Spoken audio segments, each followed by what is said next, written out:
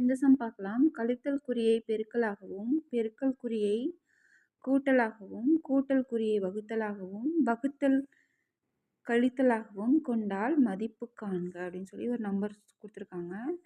இங்கே என்னென்ன சொல்லியிருக்காங்களோ அதை சைடில் எழுதிக்கோங்க. அப்போ தான் ஈஸியாக இருக்கும் உங்களுக்கு போடுறதுக்கு. இந்த கேள்வி எழுதிக்கோங்க. கேள்வி எழுதிட்டு கழித்தலை வந்து பெருக்கலாக மாற்ற சொல்லியிருக்காங்க. பெருக்கலை வந்து கூட்டலாக போட சொல்லியிருக்காங்க. வகுத்தலை கழித்தலாக போடுங்கன்றாங்க. கூட்டலை வகுத்தலாக மாற்றிக்கிட்டாங்க. சரியா?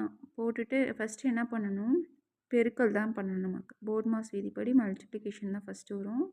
14ஐயும் 10ஐயும் பெருக்குனா நமக்கு 140. அடுத்து இங்கே டிவிஷன் இருக்குது. டிவிஷனில் வந்து நமக்கு 1 8 8 2 8 16ன்னு வரும். ஃபஸ்ட்டு டிவிஷன் பண்ணணும். பண்ணிவிட்டு இங்கே போட்டுருங்க. அடுத்து பார்த்தீங்கன்னா நமக்கு வந்து அடிஷன். அடுத்து அடிஷன் பண்ணிட்டோன்னா 140ஐயும் 4ஐயும் கூட்டினா 144 -2 இதுலேருந்து இதை கழிச்சோன்னா நமக்கு 142. இப்போ ஆன்சர் வந்து நமக்கு 142 தான் வரும்.